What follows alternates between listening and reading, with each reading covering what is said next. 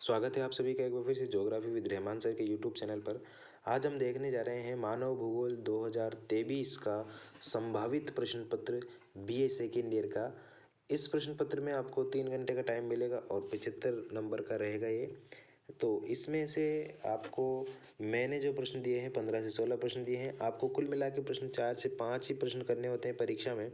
तो आपको मैं गारंटी के साथ कहता हूँ कि इस प्रश्न पत्र में से आपको 6 से 7 या 8 प्रश्न आपको मिल जाएंगे। आपको करने सिर्फ 4 ही है बड़े प्रश्न जो करने होते हैं।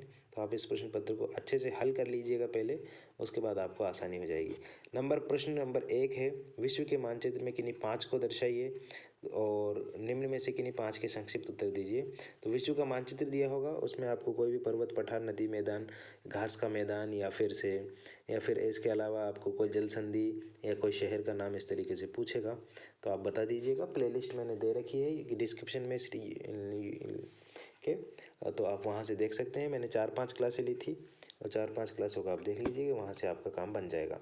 नेक्स्ट प्रश्न है, मानव भूगोल को परिभाषित करते हुए इसके उद्देश्य और विषय क्षेत्र को समझाइए। मानव भूगोल का क्या उद्देश्य है, मानव भूगोल की क्या परिभाषा है, 2-4 परिभाषा लिख करके उद्देश्य और प्रकृति और विषय क्षेत्र को आपको समझा देना है। नेक्स्ट प्रश्न है, मानव भूगोल का अन्य सामाजिक ज्ञान से क्या संबंध है। बहुत अच्छी तरीके से मैंने समझाया हुआ है। मानव भूगोल से संबंधित जितने भी प्रश्न हैं इन सभी प्रश्नों को आप प्लेलिस्ट में जाकर के देख सकते हैं। मानव भूगोल बीए सेकेंड ईयर की प्लेलिस्ट बनी हुई है, वीडियो के डिस्क्रिप्शन में मैं आपको दे दूंगा, ऊपर आई बेल बटन में भी आपको दिखाई दे रहा होगा। नेक्स्ट प्रश्न जो है, संभववाद से आप क्या समझते हैं। मानव भूगोल की विचारधाराओं में संभववाद का वर्णन कीजिए। संभववाद क्या होता है, क्या नहीं होता है, ये सारी चीज़ें आपको बतानी है, ठीक है।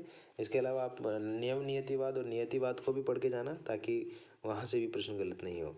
नेक्स्ट प्रश्न है, पार्थिव एकता और क्रियाशीलता का सिद्धांत, यानी कि मानव भूगोल के मूल सिद्धांतों का आपको वर्णन करना है। पार्थिव एकता का सिद्धांत है और क्रियाशीलता का जीन ब्रुंज वाला सिद्धांत है, उन सभी के बारे में। इसके बाद जो प्रश्न आता है वो प्रश्न है दूसरी यूनिट से, मानव प्रजातियों का वर्गीकरण करते हुए प्रवास कटिबंध सिद्धांत पर विस्तृत लेख लिखिए। मानव प्रजातियों का वर्गीकरण बहुत सारे विद्वानों ने किया है, इसमें ग्रिफिथ टेलर जो महोदय है उनका वर्गीकरण सबसे अच्छा माना जाता है। आप उनके अनुसार विश्व के प्रजातियों का वर्गीकरण अच्छी तरीके से याद करके जाइए और प्रजातियों के वर्गीकरण के साथ साथ आप प्रवास कटिबंध सिद्धांत को भी पढ़ के जाइए। ये प्रवास कटिबंध सिद्धांत भी जॉन स्ट्रेटा थ्योरी जो है ये भी किसने दी है, आपके ग्रिफिथ टेलर महोदय ने दी है। इसके बाद जो अगला प्रश्न है, अगला प्रश्न क्या कहता है देखिए,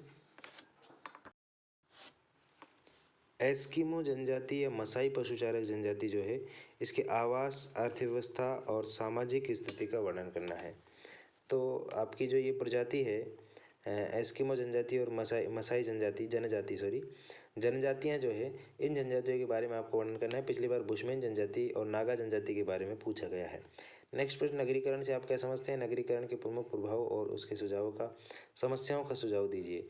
नगरीकरण या शहरीकरण वर्तमान समय में बहुत ज़्यादा तेज़ गति से बढ़ रही है, तो इसके क्या क्या दुष्परिणाम सामने आ रहे हैं उनके बारे में आपको बताना है। नेक्स्ट प्रश्न जो कहता है वो कहता है कि जनसंख्या विस्फोट और जनसंख्या वितरण घनत्व और वृद्धि क्या है, इसके बारे में। हालांकि जनसंख्या वृद्धि के बारे में पिछली बार प्रश्न आया है, आप जनसंख्या वितरण और घनत्व को जरूर पढ़ के जाइए विश्व के संदर्भ में, ठीक है। नेक्स्ट प्रश्न जो है, बस्ती प्रतिरूप क्या है। बस्ती प्रतिरूप किसे कहते हैं, शहरी बस्ती प्रतिरूप क्या होता है, ग्रामीण बस्ती प्रतिरूप क्या होता है, इनके बारे में आपको व्याख्या करनी है। इस प्रश्न को भी आप पढ़ लोगे, आसान प्रश्न है, आपने पहले भी किया हुआ है इसके बारे में। नेक्स्ट प्रश्न, अर्थव्यवस्था के वातावरण पर पड़ने वाले प्रभाव।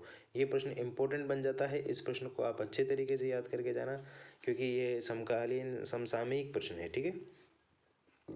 अगला जो प्रश्न है, विश्व के विभिन्न क्षेत्रों में प्रयुक्त की जाने वाली भवन निर्माण सामग्री, यानी कि आप औद्योगिक प्रदेशों में या विकसित प्रदेशों में जाओगे वहाँ कंक्रीट का इस्तेमाल किया जाएगा भवन निर्माण मकान बनाने में, और विश्व के ऐसे क्षेत्रों में जाओगे जो गरीब या अल्प विकसित है वहाँ पे घास फूस लकड़ी का इस्तेमाल किया जाएगा, उन बातों को आपको लिखना है।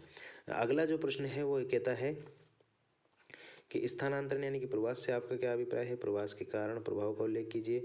और इसके बाद जो मैंने प्रश्न दिया है वो है कुछ टिप्पणियां हैं 4-5 उसके बारे में, कि जनसांख्यिकी संकलन सिद्धांत क्या होता है, अनुकूलतम जनसंख्या सिद्धांत क्या होता है, और नवनियतिवाद की विचारधारा है। गोंड या संथाल जनजाति जो भारतीय जनजाति, इससे पहले मैंने आपको मसाई और एस्किमो जो दिए वो विश्व की जनजातियाँ हैं।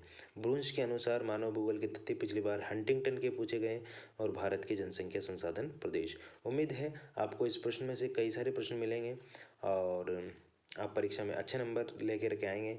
मेरी बेस्ट विशेज़ आपके साथ रहेगी। और आपको अगर ये पेपर अच्छा लगा हो तो अपने दोस्तों के साथ शेयर कीजिएगा। नमस्कार।